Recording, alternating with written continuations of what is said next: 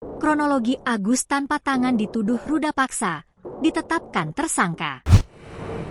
Iwas alias Agus pria disabilitas dituduh meruda paksa mahasiswi di Mataram, NTB. Agus telah resmi ditetapkan sebagai tersangka oleh Polda NTB terkait kasus dugaan ruda paksa. Anggota DPR RI Ahmad Sahroni pun mengurai responnya atas kasus Agus tersebut.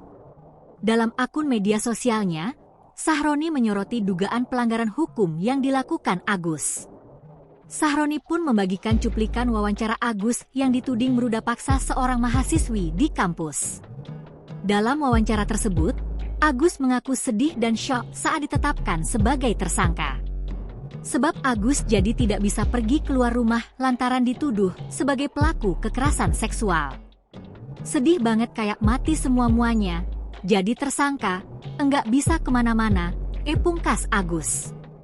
Ditegaskan oleh Agus, ia tidak pernah meruda paksa wanita yang melaporkannya itu. Sebab diungkap Agus, ia tidak mungkin bisa memaksa seorang wanita untuk berhubungan badan dengannya lantaran keterbatasan yang dimilikinya.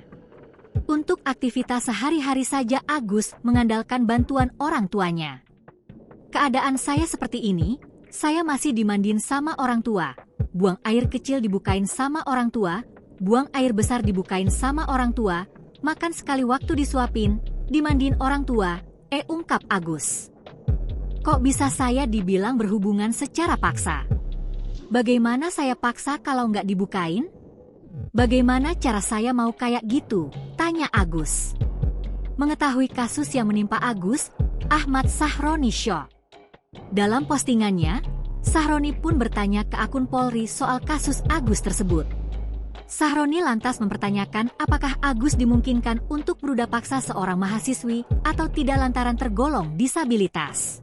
Download Tribun X sekarang, menghadirkan lokal menjadi Indonesia.